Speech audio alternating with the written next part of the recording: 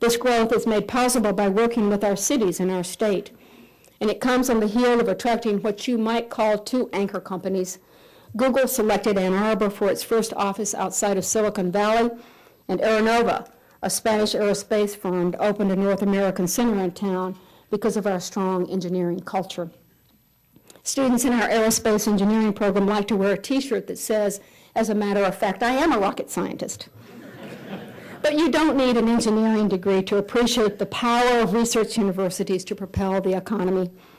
Attracting companies like Google and Aeronova acutely demonstrates how the University Research Corridor can and does make our state a leader in supporting innovative and entrepreneurial firms. The URC is only 2 years old, and we are just now taking baby steps. I attended the University of North Carolina just as the Research Triangle was taking shape, and I returned to Chapel Hill many years later as an administrator and was pleasantly stunned by the collaboration between UNC, Duke, and North Carolina State. These partnerships take time, and I can't wait to see where the URC will take us. Collaboration, though, is our future. Whether we pull together scientists from opposite ends of our campus or opposite sides of the country, we must call upon our best people to develop solutions for the future. Academia is known for saying publish or perish. I say partner or perish. We need our fellow universities and their niche strengths. We need our local industries and the opportunities they provide students and faculty. We need our donor support, and we desperately need our state legislatures to sustain and increase the funding that allows us to move forward to a flourishing future. I began today by talking about Charles Brush and his gift of innovation. After he made his fortune, he built an imposing stone mansion along Euclid Avenue, where the Red Cross now stands. He powered his home with a wind turbine, a towering windmill that was more than 6 stories high. And over the course of 20 years, it provided all the energy necessary for his 3-story home. He was a true pioneer in alternative energy. And I think he would be pleased to know that his alma mater is continuing such path-breaking work. He would certainly want to know Professor Anne-Marie Sastry, who embodies all that we are committed to as a university dedicated to economic development. As was Mr. Brush, Professor Sastry is an engineer who focuses on alternative forms of energy. Her expertise is in battery technologies and how to best power the plug-in cars and trucks we need to distance ourselves from foreign oil. I mentioned how we're building partnerships in our students. Professor Sastry created a graduate-level program to train tomorrow's engineers in new energy systems. The program instills the value of being creative about transportation power and being leaders in clean energy technologies. I talked of tech transfer and startup businesses. Professor Sastry is the founder and CEO of Satki 3, a company designated by the state of Michigan as a Center for Energy Excellence, meaning that it is viewed as a focal point for spurring alternative energy R&D in our region. Our state's leaders want Michigan to become the advanced battery capital of the world, and I believe Professor Sastry's company will help drive us there. And I've told you about how much we value partners. Just last month, General Motors announced it is collaborating with Professor Sastry to establish the Advanced Battery Coalition for Drivetrains, that's ABCD, on our campus.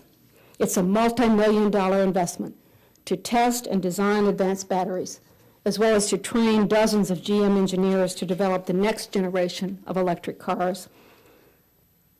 U of M alumnus Charles Brush lit up Cleveland and cities across the country with his invention.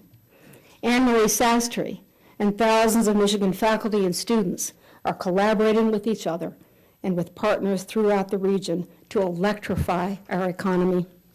Together, we are propelling the Midwest standing as a dynamo, a powerhouse of innovative growth and economic vitality where bright ideas light the way to a prosperous future. Thank you.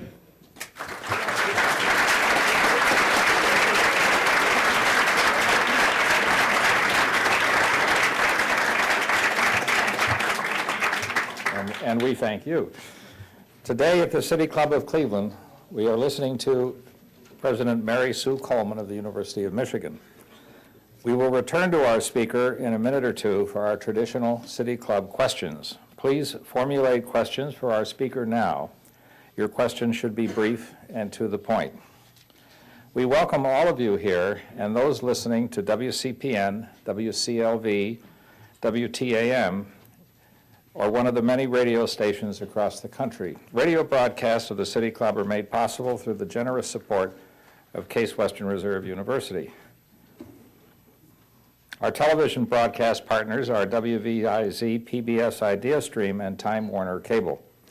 Television broadcasts are supported by National City, a PNC company, and Cleveland State University, and our live webcasts are supported by the University of Akron. Today's forum is the annual David Warshawski Memorial Forum, recognizing a very generous gift from the Warshawski family to the City Club Forum Foundation Endowment. With us today at the head table are several members of the Warshawski family, including his son David and his wife Lee, granddaughter Kitty Warshawski and her husband Tim Tibbetts, and granddaughter Beth Warshawski-Racanti. Please stand as we recognize this family's wonderful ongoing commitment to the City Club.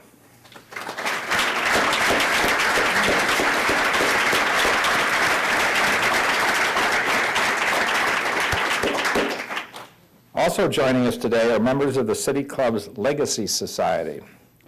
These friends have made planned gifts to the City Club to help ensure its continued success. If you would like to learn more about planned giving opportunities with the City Club, please see Development Director Jessica Leary Allen. Will our Legacy Society members please stand and be recognized?